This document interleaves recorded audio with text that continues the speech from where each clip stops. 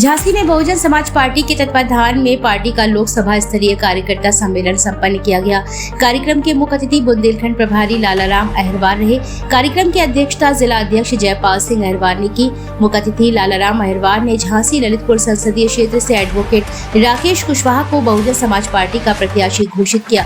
इस मौके पर झांसी मंडल प्रभारी कैलाश पाल, BD फुले, जिला उपाध्यक्ष ठाकुर विपिन सिंह, जिला महासचिव संजय श्रीवास, शीतल कुशवाहा, मदन लाल अहिरवार, पूर्व विधायक फेरन लाल अहिरवार, पूर्व जिला अध्यक्ष चंद्रदत्त गौतम, जिला अध्यक्ष ललितपुर चंद्रभान बेसरा, महानगर अध्यक्ष शकील मोहम्मद आदि ने अपने अपने विचार व्यक्त किए और बहुजन समाज पार्टी के प्रत्याशी राकेश कुशवाहा को जिताने की अपील की।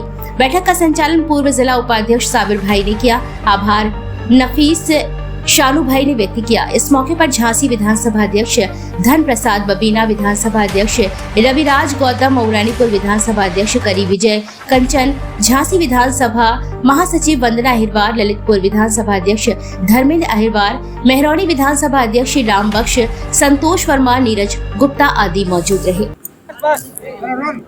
राकेश जी प्रत्याशी घोषित हुए हैं बसपा के, क्या सोचा, किस स्ट्रेटजी के साथ जाएंगे? जी सर, मैं पूर्व में बहुजन समाज पार्टी की सेवा करता रहा हूँ, बहुजन लोग में रहा हूँ। बीच में कुछ समय के लिए मैं दूसरे परिवार में गया, पुनः मैंने आस्था मेरी बहुजन समाज में ही थी, इसलिए पुनः मैं अपने परिवार में वापस आया हूँ। किस स्ट्रेटजी के तहत आप जाएंगे? सर, आप देख रहे हैं झांसी में आप भी निवास करते हैं, मैं भी निवास करता हूँ। रोजगार का, बेरोजगारी का इतना वो है कि यहाँ रोजगार के साधन उपलब्ध कराना है मेन चीज़। युवा जो 2014 में 15 साल का था वो 20 साल का हो गया, 20 साल के बाद 25 साल का हो गया। अगर एक 5 साल बहन जी की भागीदारी सत्ता में नहीं रही तो ये समझ लीजिए कि जो बेरोजगार है वो डेट ऑफ उसकी आउट हो जाएगी, वो रोजगार नहीं पा पाएगा। पढ़े लिखे आदमी सारे बेरोजगार हो जाएंगे। खेती किसानी बुंदेलखंड का सूखा क्षेत्र है, यहाँ पहाड़ी क्षेत्र है, खेती किसानी में इतना होता नहीं है। किसान मजदूर नौजवान सारे लोग घर पे बैठे हुए बेरोजगार हैं। अभी पिछले ओलावृष्टि हुई, सब किसानों को उम्मीद थी कि जितना हमारा बचा हुआ है गेहूँ उतना का हमें तो मुआवजा मिलेगा, लेकिन सब सारी खाने पूर्ति की गई। तो किसानों के, बेरोजगारों के, नौजवानों की मैं आवाज़ बन करके उनके बीच में जाऊंगा और मैं भी खुद एक नौजवान हूं और उनकी बात को मैं संसद में उठाऊंगा। और यहाँ सबसे पहले रोजगार के साधन झांसी, ललितपुर और मऊरानीपुर इस क्षेत्र में ऐसे रोजगार के साधन लाऊंगा कि जिससे कि झांसी का जो युवा व्यापारी और बेरोजगार है, पढ़े लिखे लोग हैं, वो यही रोजगार प्राप्त कर सकें। जिस पार्टी से आप प्रत्याशी बनाए गए हैं, बताएंगे उस पार्टी का गठन किस सन में हुआ? सर, इनका गठन तो सन 1984 में हुआ था। अब से आप बसपा में? नहीं, उसके बाद मैं 1999 में बसपा में शामिल हुआ था। पूर्व विधायक जो कैलाश साहू जी हैं, उन्होंने मुझे सदस्यता ग्रहण कराई थी। सन 2000 तक मैं बहुजन समाज पार्टी में रहा, विधानसभा संगठन मंत्री था। बस ठीक है। कितने आपके साथ हैं? आपको टिकट दिया है बीएसपी ने, समाज के लोग कितने हैं आपके साथ? सारे समाज हमारे साथ में है और पूरी संपूर्ण कुशवाहा समाज झांसी ललितपुर हमारे साथ में है। MSP पे क्या कहेंगे? अब सर, ये ऐसा है, इस समय जनता के बीच में जाने का समय है। MSP का अभी किसानों के बारे में है, वो हम खुद किसान हैं। तो देखिए, ऐसा होता है कि MSP अगर सरकार नहीं दे रही है तो उसके लिए किसान आंदोलन कर रहे हैं। अगर सरकार MSP नहीं देगी तो उसकी हम आवाज उठाएंगे। क्या कर रही है उनके लिए, किसानों के लिए? किसानों के हित की आवाज उठाएंगे हम लोग। कब उठा रहे हैं, बराबर उठा रहे हैं। चलिए आइए। देखिए, आज जो आप लोगों के बीच में बहुजन समाज पार्टी की राष्ट्रीय अध्यक्ष परम आदरणीय बहन कुमारी मायावती जी ने के आशीर्वाद से आज जो झांसी ललितपुर संसदीय क्षेत्र से जो बहुजन समाज पार्टी के प्रत्याशी घोषित हुए हैं, जिस समाज के प्रत्याशी को आज हम लोगों ने उतारा है, उसकी मांग काफ़ी लंबे समय से बहुजन समाज पार्टी के तमाम छोटे बड़े पदाधिकारी करते रहे कि हमें जो झांसी ललितपुर लोकसभा में बहुत बड़ी संख्या में कुशवाहा समाज के मतदाता हैं, कुशवाहा समाज के लोग हैं, तो हमें उनकी इस लोकसभा चुनाव में भागीदारी देना है।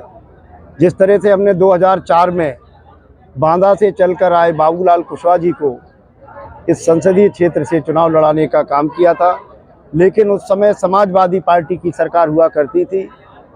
बहुजन समाज पार्टी बड़े